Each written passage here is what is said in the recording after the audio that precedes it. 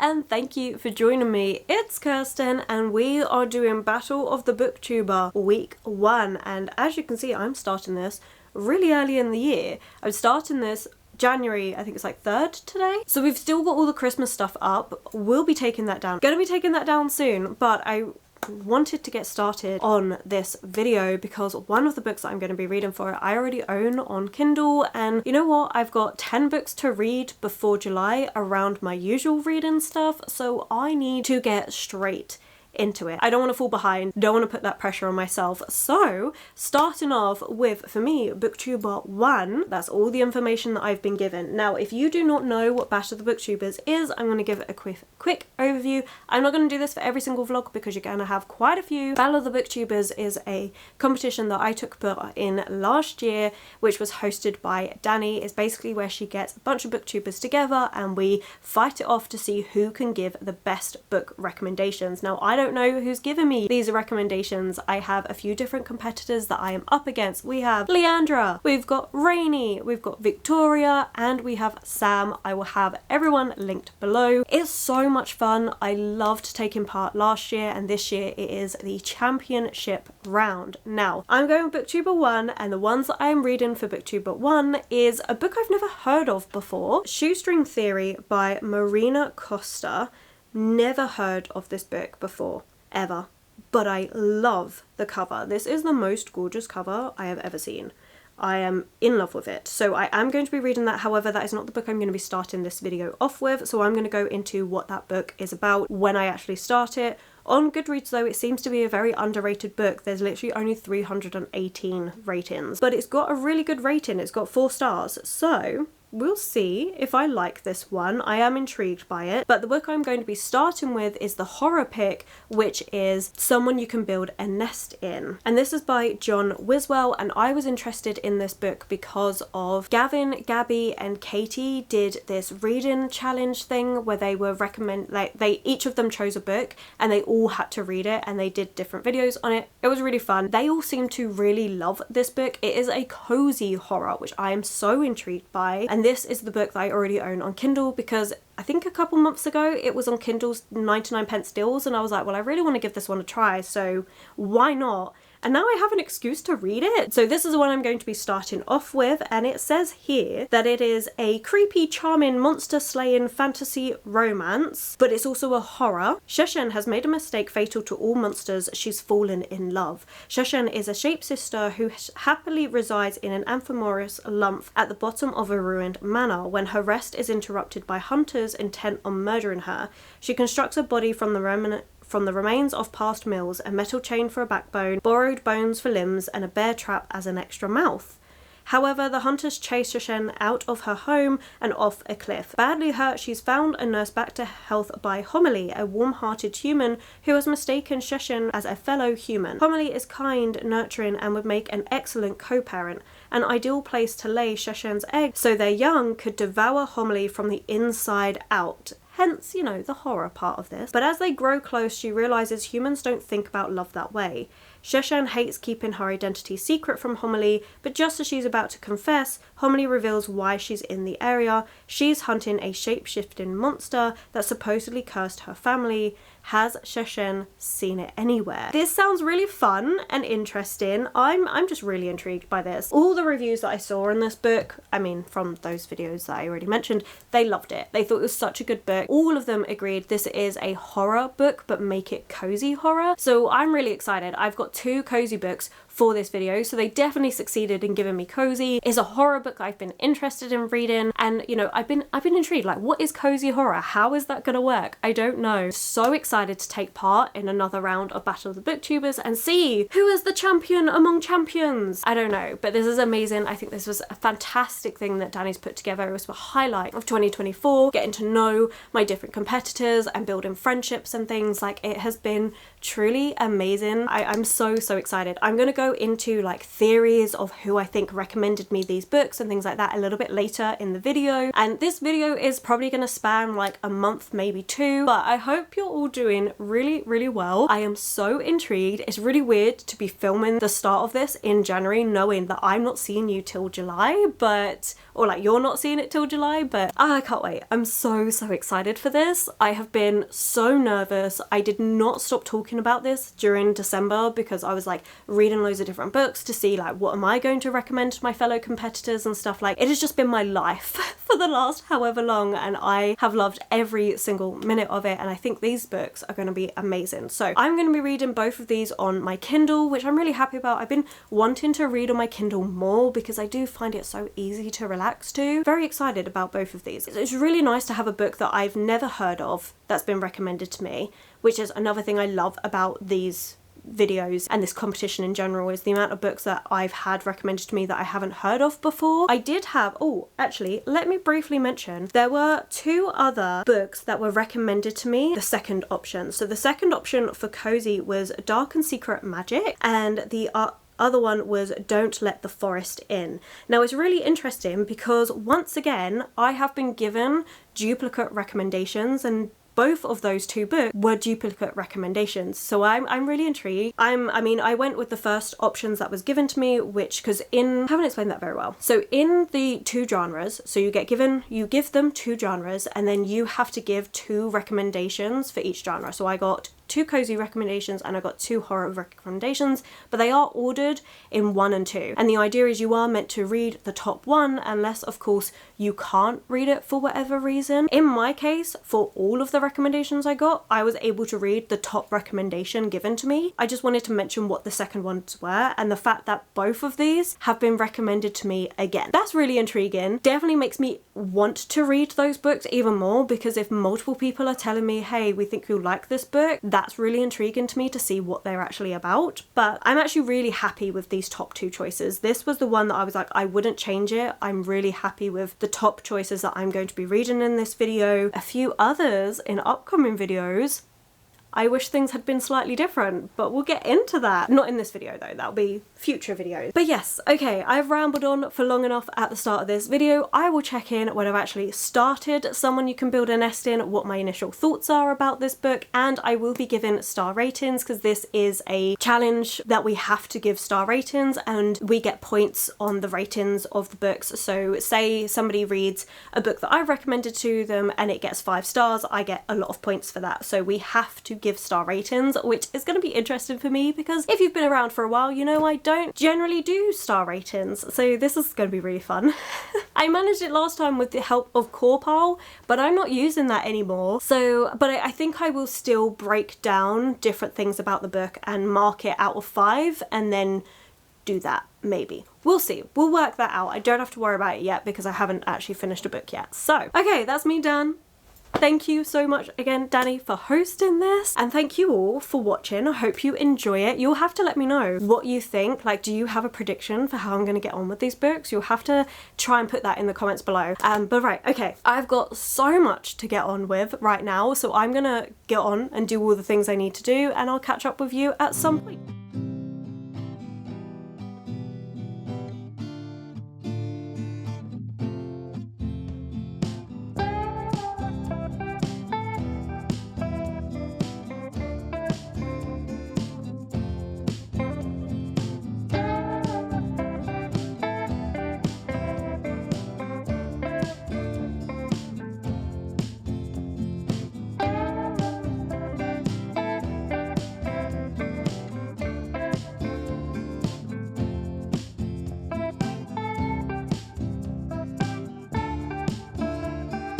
Been a couple days and I have made really good progress in Someone You Can Build a Nest In, and I'm not gonna lie, I'm really liking this. This is so kind of ridiculous, but I absolutely love it. So I'm up to chapter 15, page 91. It says I'm about 29% of the way through, and I really really am just having a lot of fun. So we're following Shoestring, and Shoestring has been disturbed in her hibernation. She was quite happily minding her own business in her home, submerged in water, and then she's got these couple of hunters that are coming along, and she's like, how dare you disturb my slumber? And so she's like hauling herself together. She's this nebulous monster where she can build herself a body around different matter. So it could be iron poles, it could be random bits of bone and stuff. And one thing she prides herself on is this bear trap which she has within her. And so yeah, these two guys come along daring to disturb her peace, and she's like, all right, well, I'm gonna eat you because, you know, how dare you disturb my sleep. From there, it kind of goes a bit weird. She goes down into the local town called Underlook. She then gets discovered. She's then chased off of this cliff, and then she comes across Homily, and Homily is this lovely human woman. She is so lovely. Shoestring is automatically enamored by her. She is like, oh my god, you look amazing. I could eat you up happily, but you're so nice. How can I eat you if you're this nice? Like, what is all of this? And you just see all of these conflicting feelings, and it is so well done. I think this author has done an amazing job of getting us in the mind of a monster, a non-human being, seeing how we view things and being like, you know, that's kind of weird, right, to view it that way. And I'm there sitting like nodding along like, yeah, you're right, it is kind of weird. It's great. There's one bit that made me cackle, like out loud laughing my butt off because it was so hilarious. It's just amazing. Like, I'm genuinely loving it. The first bit of this book, I'm not gonna lie, I was a bit like, oh, okay then, that fair enough. Let me read to you that first bit because I was like, oh, well, that we're setting the tone. I'm also on, it's separated into parts. It's really small parts. This book is so readable. I'm going for it. I honestly don't want to put it down. I'm constantly wanting to go back to it, to the point where I've had to, for my current weekly reading vlog, I've had to break the book down into parts to be like, okay, I need to read this amount of pages, and once I've done that, I can then get back to this. That's how much I'm enjoying this book. Like, whoever gave me this recommendation, you did your research and stuff because this is great. But okay, so the first line, we have Shoestring. Okay, this bit's not too bad. Shoestring's hibernating. She's dreaming of her childhood nest. So that's what she thinks of every single time when she hibernates every year. But it talks about how her father's ribs, rich in marrow, cracking delicately in their mouths and providing the first feast of their lives. His fat deposits were generous and his entrails sheltered them from the cruel winter element. It goes on about how all childhood ends, and it says hers ended when one of her sisters bit off Shoestring's left heel. Her siblings matured too quickly and hungered for more than their father. And so she's like, yeah, okay, well, I'm gonna eat you first. I'm like, what? But it just works. There is something about this that it just works. I'm really enjoying this. So yeah, so I'm up to part 3, chapter 15, and I'm really enjoying seeing Shoestring's kind of like difficulty in wanting to be with Homily, embrace her usual monstrous appetites, and also try and pass off as human. I will say there are parts of this book that is bloody ridiculous. Like, how can Homily, who saved Shoestring's life, sewed her up and everything, not realise that this does not look human? Because in this point, Shoestring is grey, like completely grey. So how would you misjudge that for being human? Like, I don't know. So parts of it are a bit ridiculous, but I mean, it's a fantasy horror. It's a horror, like, I'm suspending disbelief. I always do that. It's so easy for me to do that it never bothers me. So if somebody goes, oh, this is not realistic, I'm like, it's a work of fiction, it doesn't have to be. I don't care that it's a bit ridiculous because it just kind of adds to the entertainment, and I can honestly say this really is a cozy horror. I am so impressed. Like, in all honesty, this person could have put this for, because I gave cozy and horror as my genres, and they could have put it for either one and it works so well. This was in the horror category, I think, as I've already mentioned, but it's so good and it really does have those cozy vibes to it. Like, yes, it's gory in places, but it works so well because we also have this heartwarming friendship that's growing, but at the same time, she's just like, in her mind, she's already referring to Homily as her girlfriend, and I'm like, you two have barely spoken. I don't think you're at that level yet, but in Shoestring's mind, she's like, oh, too late, you're mind now. And I love it. I genuinely love Shoestring as a character. I think she is amazing. And yeah, that one scene, if you know, you know, but it involves a sheep, and I died of laughter. I was just like this, how on earth could you think that that would work? It was brilliant. I really, really loved it. This is an amazing start to Battle of the Booktubers. I am having so much fun with this book. I'm loving it. I think it is absolutely hilarious. Like, I'm actually tears of laughter. Just thinking about it is, whew, it's good. This is really good. I really like it. I don't have too long left to go because it's only just over 300 pages, so I don't have long left to go in this book. Honestly, with the way that I'm just constantly wanting to read it, I think I'm going to fly through this and get through this really, really quickly, which is dangerous. It is dangerous to have a book this hyped up in my head because it's doing so well. So now the bar is set real high, and now the other booktubers, they're going to have to compete against a bar that's set this high. It's dangerous, but the more I think about it, the more I just want to read this book, and I don't want to put it down. And this is a book that I would 100% consider getting a physical copy because I love this cover so damn much. I mean, I only paid 99 pence for this book on Kindle, and I would 100%, based on where I am now, go out and buy a physical copy just to support the author because it's such a good book, and actually get my local bookshop to get it in and recommend some of them to read it because I think there are, especially one of the booksellers there, I think they would absolutely love this. I may even do that. I would say I'll do that today, but it's like -3 degrees, so I'm not leaving the house today. I am going to do a shushushin and hibernate away and hope that nobody disturbs me because I don't want to leave the house when it's that cold. But yeah, I honestly may do that. I may just be like, excuse me, but I want to order this book, and also you need to read this because it's great. I think I'm definitely going to be recommending this one if somebody wants a cozy book but is also wanting that a little bit more, because don't get me wrong, some cozy books can be a little bit too sweet and sugary and people want more from it. I'm actually quite happy to read, well, anything cozy because I just find that I really am just a sucker for those sort of things. But if you're wanting something that's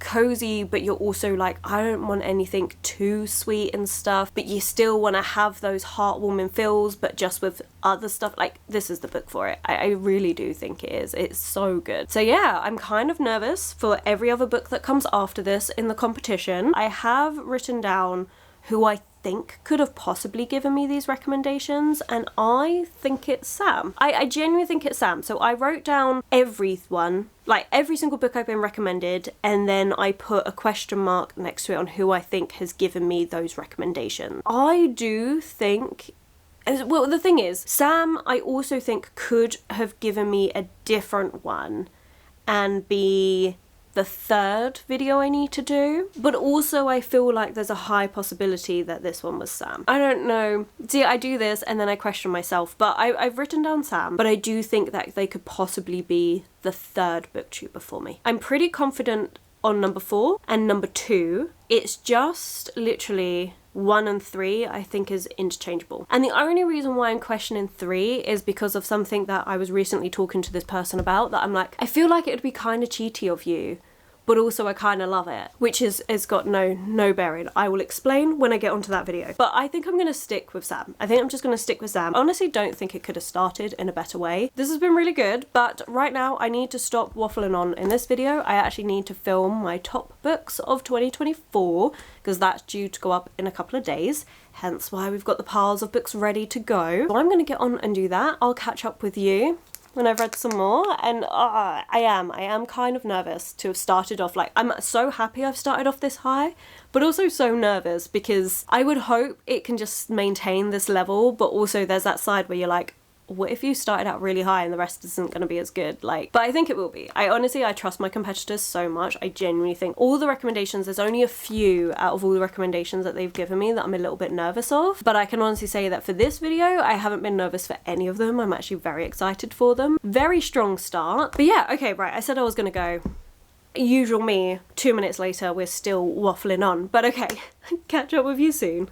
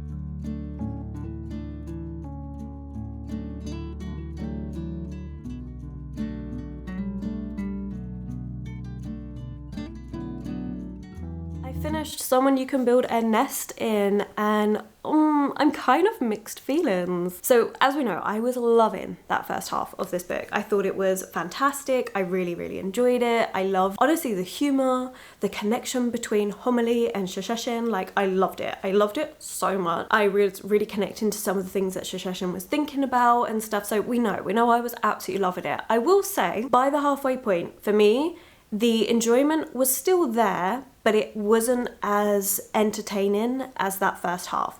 So there were things about it that I really liked. There were things that still got me, like, with different reactions and things, because like there's a certain scene that I was like, no, how dare you? Other scenes where I was like, yes, you've got this, like, you know. But in all honesty, by the end of it, I was ready for it to be over. So I don't know what that means for a star rating, because honestly, I was sitting on like a 4.5 because I was enjoying it so much. Was it going to be a new favourite book? No, which is what a 5-star would be.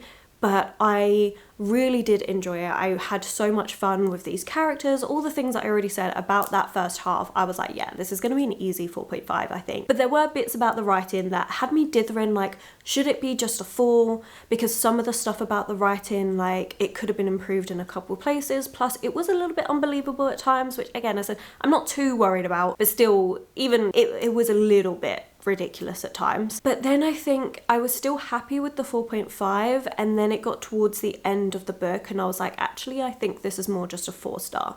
Like, I'm really happy that I read this book. It is definitely one I would recommend to others if you're looking for a cozy horror time, like, because it really is that. It works really well for that. So I did enjoy it, but I think I was very much just ready for it to end. I just think that towards the end, some of the fights and things that were happening were just a little bit too drawn out for me, which is weird because normally I'm like, okay, we've got some stakes here, you know, I like this, I like the fact that it's not an easy finish, but at the same time, I don't know, it just seemed all a bit too much in a way, like a bit too over the top, I guess. I think I just wanted the first half. The first half was amazing. I loved that. I loved the banter and things, and I think I just wanted more of that going forward. But it's still a really good book, and I'm landing on a 4-star. So that's still absolutely amazing. It's just not quite the 4.5 that it almost was.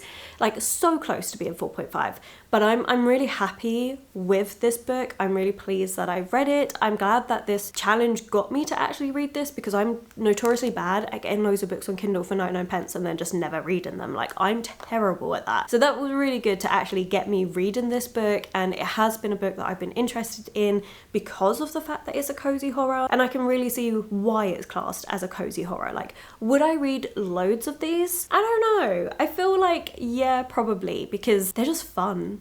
Like, and I think that's what I like about cozy books, is they are just a little bit fun and ridiculous. And I did like the horror elements in this. Like, I wouldn't say it's too horrific. Like, it's very light horror. So I do like how they combined the two things that I'm asking for in this one book. So I think that worked really well. I am really pleased with the book. I'm just a little bit gutted it didn't quite hit didn't quite stay as high. I mean, when I say it dipped, I mean it dipped a tiny bit. Like, it was still a book I was really interested in reading. It was still a book I kept wanting to read. It's just by the time we got to the end, I was like, yeah, okay, I'm done. I don't need any more from these characters, which if it was going to be a higher book, I'd be like, no, I want more. I want even more. I just want to see what you're doing day to day. Whereas I was very happy to leave Shoestring and Homily where we left it, and I think it was a really good ending for them. So, like, genuinely, there is nothing about this book that I can go, no, I didn't like, because I did. It's just I had so much more interaction and fun with that first half. I'm really pleased that this is the book I kicked the competition off with. It really worked for me. I'm very, very happy. Although I've now been thinking about, oh my god, who recommended me what? And I'm like, do I change my answers and things? Because now I've been thinking about it, I'm like, wait a minute, could somebody else have recommended me? I mean, obviously they could. We've got no idea. No, see, the more I look at... No, I'm just going to stick. I'm going to stick and say that Sam. I don't know. I feel like it could have been Leandra, though. I mean, it could have been any of them. I don't know. Anyway, we're going to move on to the second book. The second book is Shoestring Theory, which I'm so excited about. So let's get that up and read the synopsis. Shoestring Theory by Marina Costa. This one is really underrated. This is the one that's only got 350 ratings. So it says, a queer madcap, friends to lovers to enemies to lovers, time travel romance with the future of the world at stake. This charming fantasy tale is sure to satisfy fans of Legends and Lattes by Travis Baldry. So we've got a kingdom of Fasala is broken and black clouds hang heavy over the arid lands. Former Grand Mage of the High Court, Cyril Levere, has spent the last decade hiding himself away in a ramshackle hut by the sea, trying to catch any remaining fish for his cat familiar, Shoestring. Love that. And suppressing his guilt over the kingdom's ruin, for he played a part for the king Euphrates. Margrave descended further and further into paranoia, violence and madness. His grand mage and husband Cyril didn't do a thing to stop him. When Shoestring wanders away and dies one morning, what? Excuse me? Cyril knows his days are finally numbered, but are there enough left to have a last go at putting things right?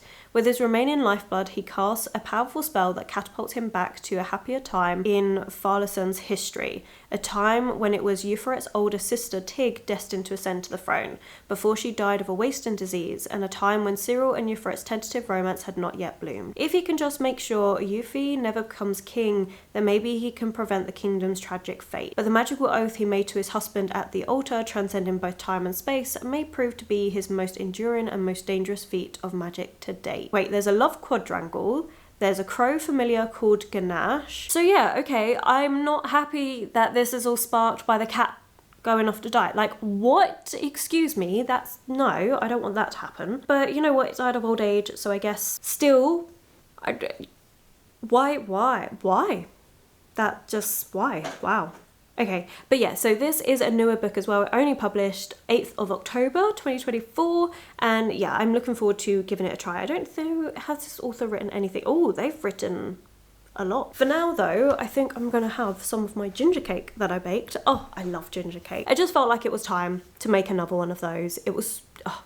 so good, so easy. But right, okay, I'm done waffling on. I'm excited that I finished the first book. Oh my gosh. Obviously we've got a Discord chat where we're all chatting away and stuff, and quite a few of us have all finished our first books, so that's pretty good and nerve-wracking. But yeah, I'm loving it. I'm having a good time. Really strong start. Let's hope Shoestring continues it.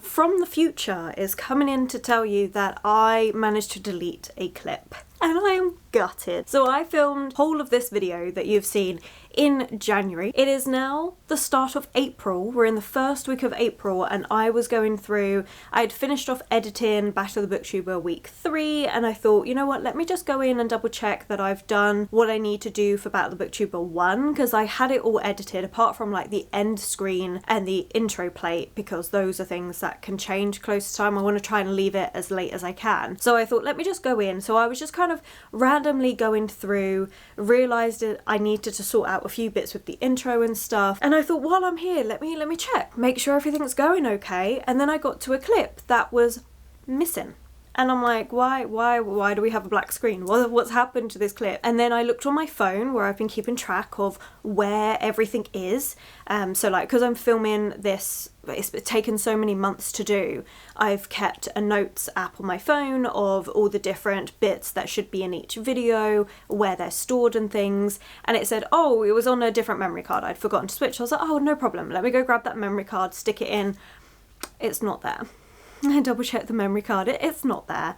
and then I checked my other memory card and it's not on that one either, and it's not on this one. So yeah, it's gone. It's gone. I must have accidentally deleted it, and I don't even know when I did that. So what this clip should have been is my first impressions of Shoestring Theory. And it was really funny because I had such negative reactions to the start of this book, and you're gonna see as the video progresses whether that changes or not. I'm not gonna give spoilers, but I really was struggling because you start off the book with the cat dying, and I was not having it. I was not about that. I'm just like, why? Why is it starting off like that? Like, I was not impressed at all. and then, like, because I had started off with that was the initial chapter. Honestly, it was quite a brutal chapter for something that was meant to be a cozy fantasy book. It was actually quite a dark chapter to have, and so I was a bit like, no, I don't like this. And I can't remember what else I said on that clip because, again, it was like 4 months ago at this point. So I have no idea. I have no idea what I said in that video. I know it was the first bit because I did check what I filmed before this and what I filmed after this. And so I definitely know it was the first initial impressions of this book. How far I got into it, I can't say. I really can't say. Just know there's a cat, it dies right at the start in the first chapter. I was not happy with it, and we're following our main character who's got to go backwards in time to try and save his husband, like prevent his husband from doing what he's done. So where we meet our main character in the first chapter, things are not good. The world's going like to pot, really. Like the places are not doing well. He's kind of hidden himself off in this remote place, keeping away from everything that's going on, and then he's kind of at his wit's end, and he decides he's going to do this really dangerous piece of magic. His cat's dead, he's got nothing left, why not just try it? And he ends up back in the past, and it's when him and his husband were like had feelings for one another but hadn't really pursued anything, I don't think, at that point. But what he didn't account for is the fact that his husband came back with him. So we have these two men who are in their 50s stuck in the body of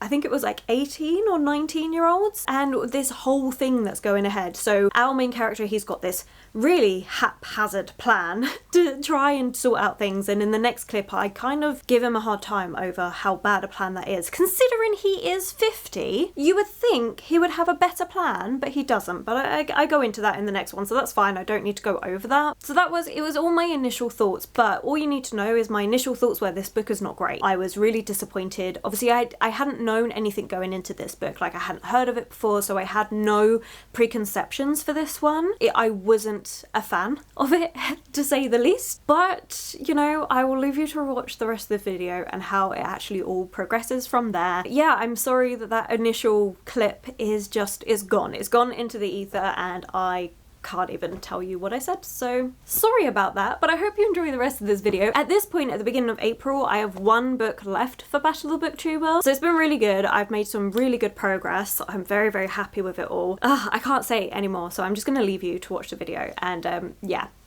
Sorry, I've just been crying in a corner when I realised that that clip is now gone.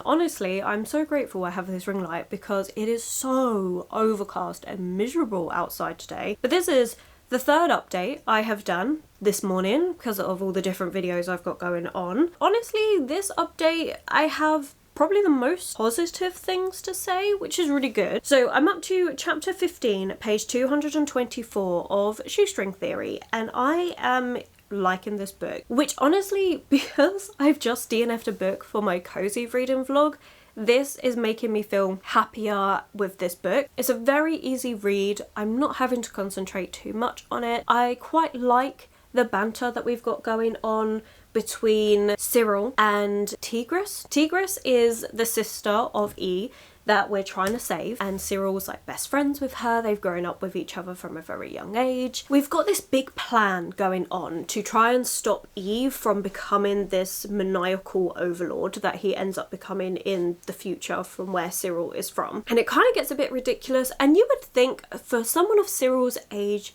who has lived a long life would have had a better plan in place than what he's done. But that is so not the case. You can clearly see it's all really last minute. He hasn't really thought anything through properly, and I do like a lot of the jokes about him being a lot older and all of this stuff. Like, it's quite funny. So I'm actually quite enjoying the back and forth between Cyril and Tigris. Like, I enjoy that. I enjoy their friendship. I enjoy seeing that. I enjoy seeing Tigris as a character and her feeling very constrained about the fact that she's now got to become queen, and how her whole life she has been going a little bit wild and stuff because she knew eventually she was going to have to give it all up and become queen, and then become very restrained and boxed in about what she can and cannot do. So I quite like learning about her as a character. I think she's really interesting and fun, and I am just intrigued to see where this is going to go because I haven't actually been able to guess anything that's happened, and so I've been enjoying that. So this is a book that I have been just kind of going along for the ride, really. Like I say, it's an easy, entertaining read. I don't have to think too hard about it, so this makes it a perfect book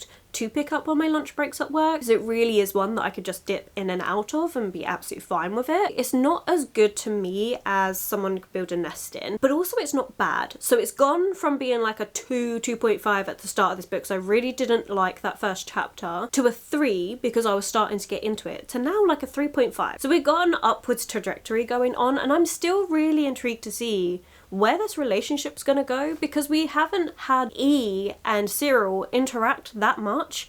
So I'm really intrigued to see, well, are you still gonna end up back together again? And like it being this second chance? I mean, they are married from the future, and they're both back in their past bodies and stuff, so technically they're married, but it's been a really bad relationship. But Cyril does admit that he still loves his husband very, very much. Like, he is still infatuated by his husband. Well, I'm really intrigued to see where that's gonna go. Like, how are we going to mend what has happened? It's a lot that's happened, and really, how are you going to do that if you're barely interacting with one another? Like, so I'm really intrigued to see how that's going to work. I actually quite like a second chance romance. I know some people really don't like second chance romances, but I genuinely don't see what the problem is with them. Probably because my own relationship is a second chance romance, and it's been great and amazing. I'm very much a firm believer of sometimes it is the right person but at the wrong time, and in this situation it's like seems to be the right person, but something happened that caused the person that you love to change and become so dark and twisted, and as much as you're trying to prevent it from happening, Cyril himself was too spineless in a way to do anything about it and to put checks against what was happening, and just kind of went along with it because he's like, well, I love him, I'm gonna help him, I'm gonna do all the things that he's asking me to, and maybe he'll come back to me. And it's like, that was the wrong move, and you just kind of helped enable this behaviour rather than putting a stop to it. I genuinely don't have a complaint about this book. It's not my favourite thing ever so far, but I'm also liking it, and I'm always happy to go back and read it, and I can easily read a good amount of it at a time. Like, there's nothing that I can go, oh, I really don't like this anymore, because it's fine. And I'm starting to understand about, okay, well, I understood before the fact that Shoestring was not actually a real cat, that it was literally Cyril's soul kind of made manifest into a cat. As we know, I was still a little bit like, excuse me, why do we have a cat die right at the start? I don't like that. But I know that was me just being a bit over the top exaggeration because I just love cats. As you should know, because, you know, of Hermione. Reality speaking, that genuinely there is nothing wrong with this book. I still didn't love that first chapter just because of what it was like. It was so intense, it was so all over the place, the whole, oh, I want my life to be over and all of this. Like, it was very quite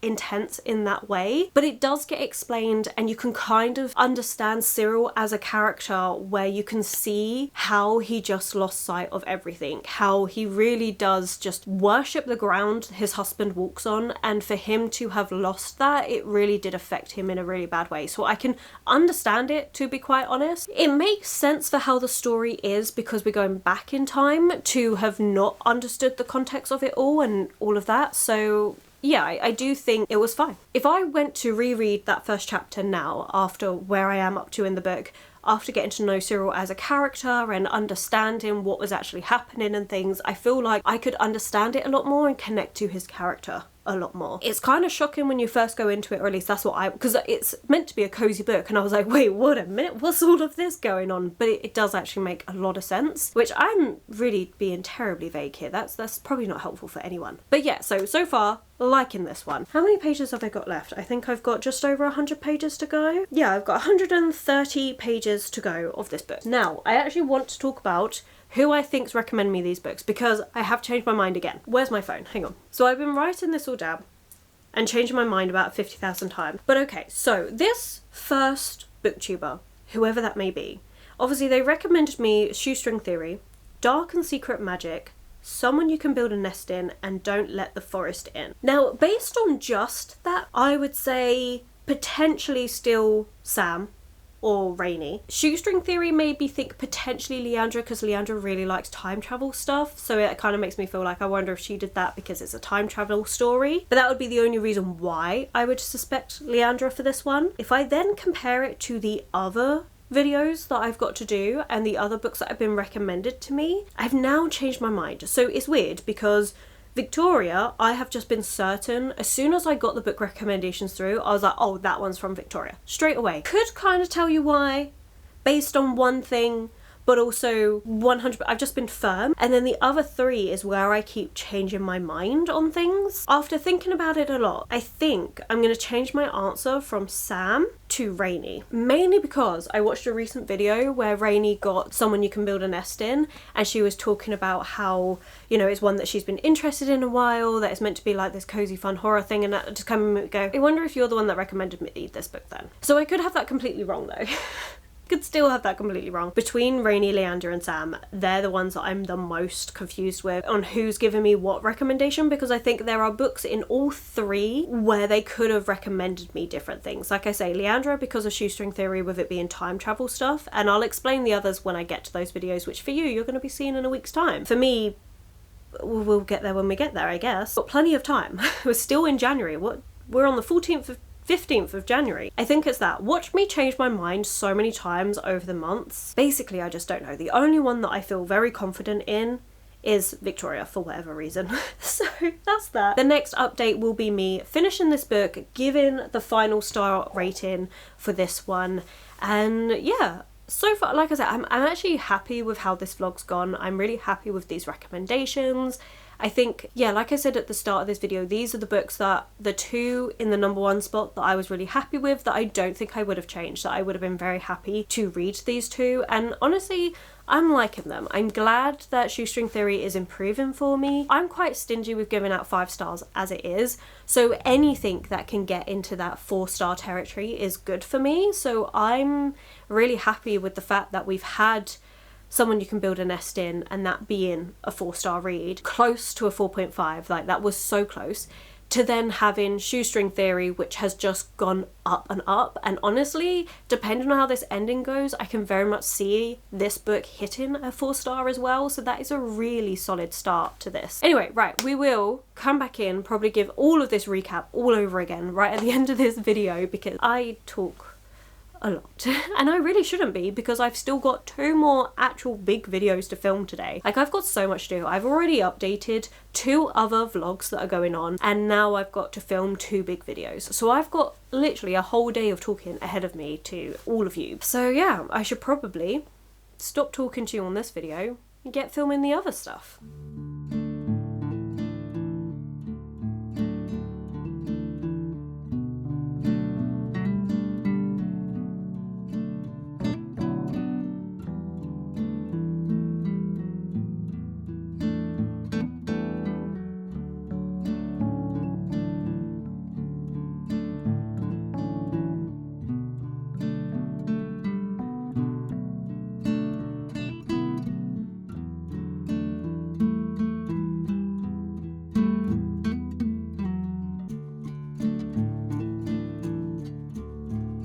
finished Shoestring Theory and oh my god, 4 stars.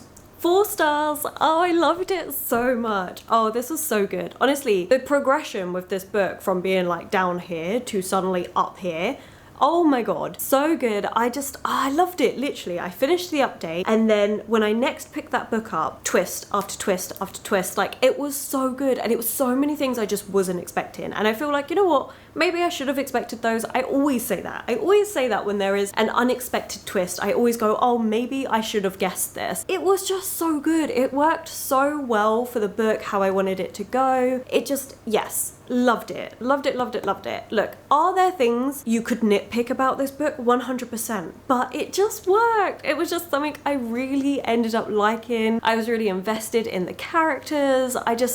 Yeah, loved it. Also, if you can hear some weird noise in the background, just my oven heating up so I can actually have some food because I'm starving. This was good though. I really, really enjoyed this book. It did so well. Like, it did so much better than what I expected from the start of this book to how it went. I loved it. It was great. And I literally have nothing else to say about that. Like, it was good. Look, it doesn't get a full 5 stars. It doesn't get like a 4.5 even because of where it started. Knowing where it started, so knowing what I know now and then going back into it, as I said, I'd probably prefer that beginning more now that I know the character. So would on reread it get higher? Potentially. But based on this first read and based on how I felt initially about this book and where it all went from there, I can comfortably say, yes, this was a 4-star read for me. I enjoyed it. It is one that I would probably reread. It's something that, because I want to reread it, I'm now like, oh, well, I need to get it for my shelf. Ooh, am I more likely to reread this one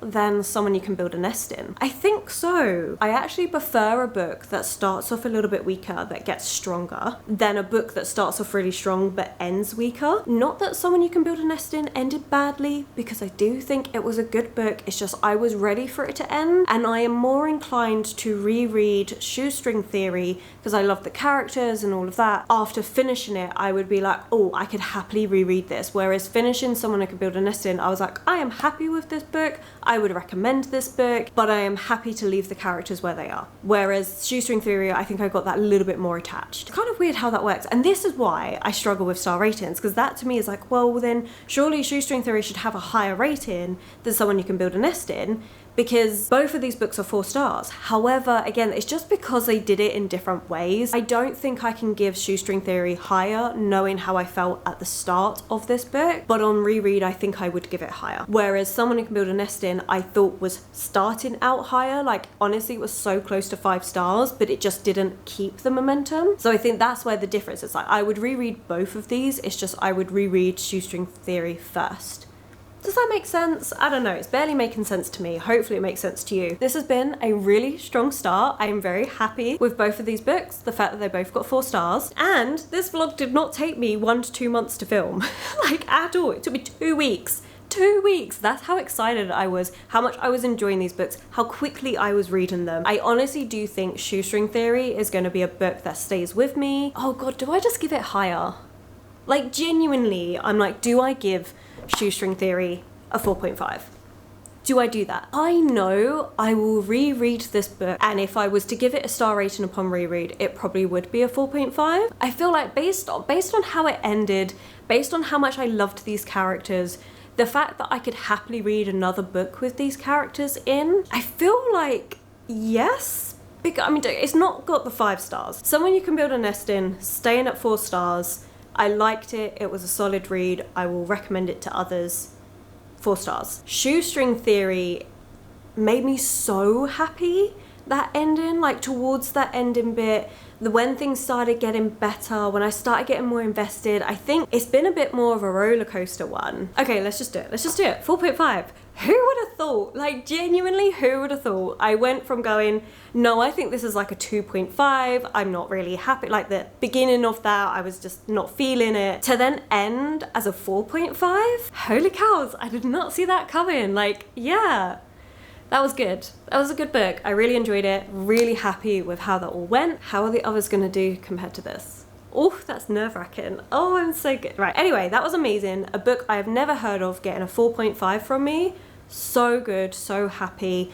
thank you to whoever recommended this to me for bringing this to my attention, bringing this author to my attention, because I really did enjoy it. So thank you for that. That is the end of this video. So thank you so much for watching. I hope you enjoyed the like ups and downs we had of this video. Let me know if you've read either of these books and would you be interested in reading them. And I think if you've made it this far but have no idea what to comment, then leave a cat emoji in the comments below for Shoestring. Thank you so much to everyone for watching. I really appreciate each and every single one of you. I've just realized this is the first video I'm filming that would technically be out after my Patreon announcement that I'm going live with in February. So thank you to all of my Patreons. I don't know if I'm even gonna have any, but thank you. Genuinely, like, appreciate all the support, whether you are a Patreon, whether you just silently watch. Regardless, thank you so much for all of your support. I really do appreciate it. If you have enjoyed this video, then please do give it that thumbs up, subscribing and commenting. Those 3 things really help this channel out. My social media links, everyone I've mentioned, will be linked below. Do go check them out, and I will of course catch you in the very next video.